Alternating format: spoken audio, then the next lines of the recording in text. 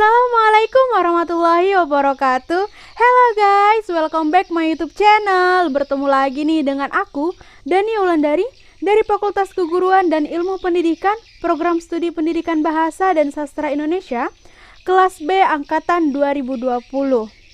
Pada video pembahasan kali ini, aku akan membahas materi yang berjudul Sejarah Sastra periode 1942 sampai dengan 1945. Langsung saja saksikan videoku berikut ini. Check it out. Langsung saja kita masuk pada materi yang pertama, yaitu saat-saat yang mematangkan. Dijajah Jepang selama 3,5 tahun merupakan saat-saat yang paling penting dalam sejarah bangsa dan juga sastra Indonesia. Pada masa inilah bahasa Indonesia mengalami pematangan, seperti tampak pada sajak Chairil Anwar dan prosa Idrus yang tidak hanya sekedar alat untuk bercerita atau menyampaikan berita, tetapi telah menjadi alat pengucap sastra yang dewasa. Usaha inilah yang menyebabkan dimulainya suatu tradisi puisi Indonesia yang hampir tak terbatas. Bahasa sajak Chairil Anwar bukan lagi bahasa buku yang terpisah dari kehidupan, tetapi bahasa sehari-hari yang menulang sumsum, membersit spontan. Materi yang kedua, yaitu para penyair. Pada masa Jepang ini, kita menyaksikan beberapa penyair muncul. Antara lain ada Usmar Ismail, Amal Hamzah, dan Rosihan Anwar. Yang pertama ada Usmar Ismail.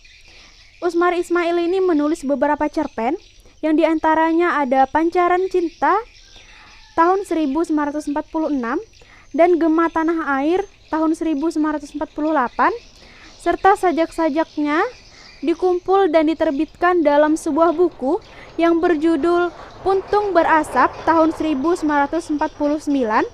Dalam sajak-sajaknya yang permulaan terasa kepercayaan terhadap Jepang akan membawa kemerdekaan bagi Indonesia.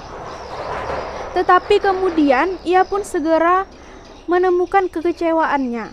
Dalam sajak Diserang Rasa, karangannya berisi rasa was-was dan ragu kepada kesungguhan janji dan semboyan Jepang. Tokoh penyair yang kedua ada Amal Hamzah. Amal Hamzah ini mulai menulis pada zaman Jepang. Ia seorang yang kasar dan sajak-sajaknya sangat naturalistis. Juga dalam sandiwara-sandiwara, cerita, dan sketsa yang ditulisnya, sensualisme sangat kentara. Sajak-sajak dan karangan-karangan lainnya kembali diterbitkan dalam sebuah buku yang 8 berjudul Pembebasan Pemuda. Setelah itu ia lebih menaruh minatnya pada menerjemahkan. Tokoh yang terakhir ada Rosihan Anwar.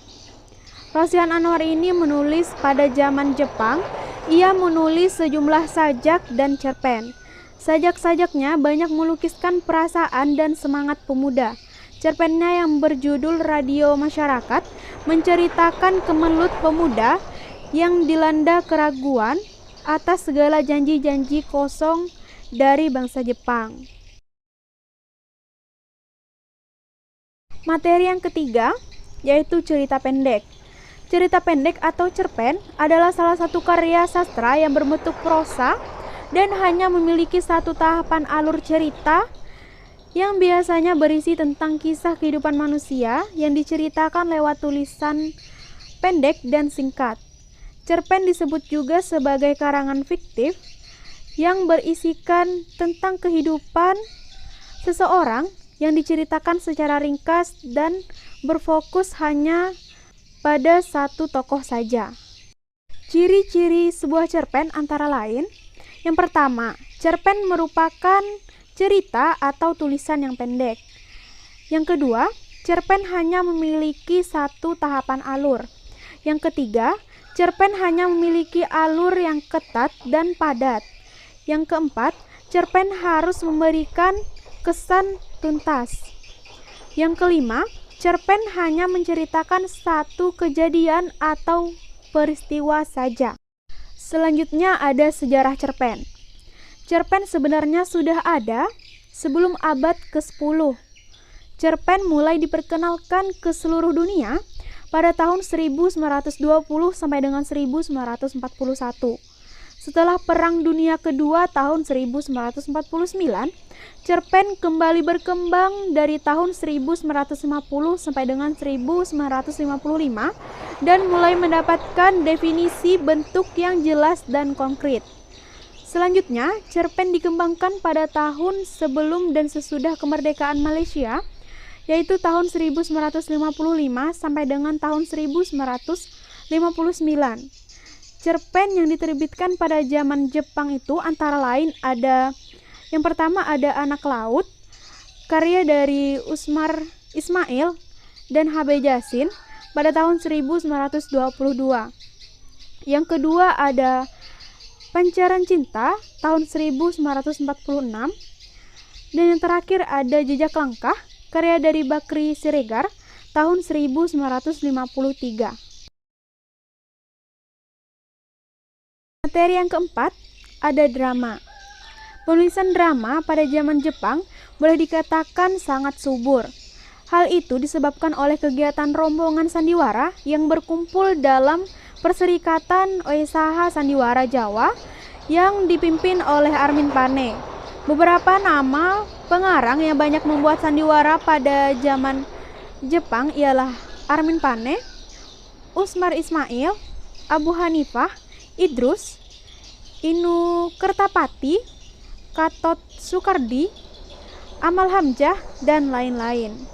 Beberapa pengarang yang membuat sandiwara pada zaman Jepang antara lain, yang pertama ada Amal Hamzah.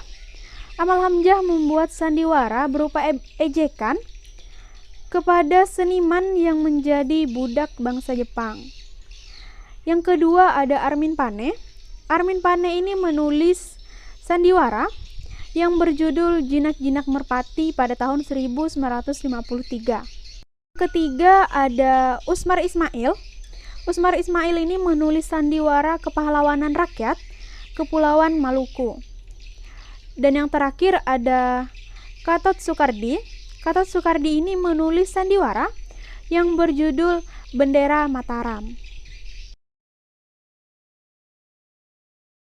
Dijajah selama 3,5 tahun merupakan saat-saat yang penting dalam sejarah bangsa dan juga sastra Indonesia. Pada masa inilah bahasa Indonesia mengalami pematangan. Cerita pendek atau cerpen adalah salah satu karya sastra yang berbentuk prosa dan hanya memiliki satu tahapan alur cerita yang biasanya berisi tentang kisah kehidupan manusia yang diceritakan lewat tulisan pendek dan singkat. Cerpen disebut juga sebagai karangan fiktif yang berisikan tentang kehidupan seseorang yang diceritakan secara ringkas dan berfokus hanya pada satu tokoh saja. Beberapa nama pengarang yang banyak membuat sandiwara pada zaman Jepang ialah diantaranya ada Armin Pane, Usmar Ismail, Abu Hanifah, Idrus, Inu Kertapati, Katot Sukardi, Amal Hamzah, dan lain-lain. Sekian dulu untuk pembahasan pada minggu ini. Bertemu lagi pada materi minggu depan yang insya Allah akan aku upload videonya pada hari Jumat atau Sabtu, karena biasanya hari-hari itu hari free dan bisa digunakan untuk membuat video. Jadi sampai bertemu minggu depan. Terima kasih karena telah menyaksikan videoku dari awal sampai akhir. Sekian dan terima kasih. Wassalamualaikum warahmatullahi wabarakatuh. Bye bye guys.